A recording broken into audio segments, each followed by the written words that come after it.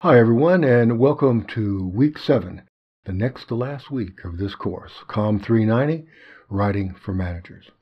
Now, by now everyone should have turned in a draft of their executive summary, that's paper number 6, and you should have received feedback from me, the Writing Center advisor, and from your peers. Now, one goal that you have this week is to take all of that feedback you've received and use it to really polish your executive summary, and then turn in that executive summary at the end of this week as paper number 6. And let me go ahead and answer your question. Yes, this is the same executive summary that you will use in your final report, paper number 7, the Research Proposed Solution. Let's go ahead and talk about that paper. You're going to write it in 2 parts. You're going to write the first part this week, week number 7. And we're going to go into the different parts that you're going to write in just a moment. And then you're going to write the second part next week, in week number 8. So, easy peasy, we're going to divide it in half, take it one step at a time. Let's begin by taking a look at the parts that you're going to write this week, and take a look at those parts in the week 7 discussion board. The first thing I'd like for you to do this week is to review the assignment instructions for your paper number 7, the final problem-solving research proposal. Now pay attention to this list of its 9 individual parts. The last part about appendices, by the way, applies only if you have an appendix, one or more to list. An appendix is like a survey form that you use, a list of questions, some kind of form that doesn't fit into the body of the paper. That's what an appendix is. Now, after you've read the instructions, please study these 2 model papers written according to those instructions. The first model paper is about a kiosk store called Evening Shades. Now here you can see the paper's parts. First, the transmittal or cover letter or memo, followed by a title page, and you can design it pretty much any way you wish. A table of contents, and this table of contents will vary from paper to paper because the contents of your papers will vary.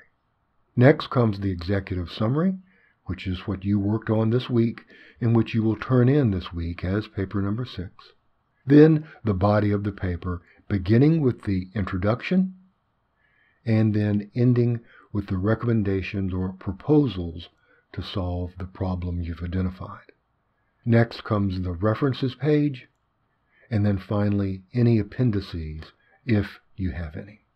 Now you'll see the same template at work in the next model paper about communications in a retail store called L'Amore.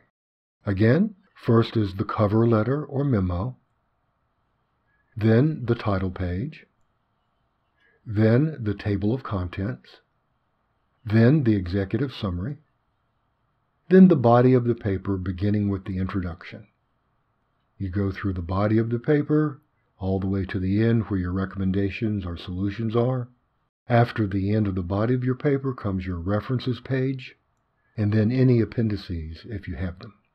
Now this week there's also a video that analyzes the first model paper, Evening Shades. The purpose of the video is to give you more insight into the assignment and how to do well on it. Next is a short video on one method I found that is very easy to use to line up your leaders and your page numbers on your table of contents page. Then there's a web page here that gives you instruction on how to write the transmittal letter or memo, which is also called the cover letter or cover memo.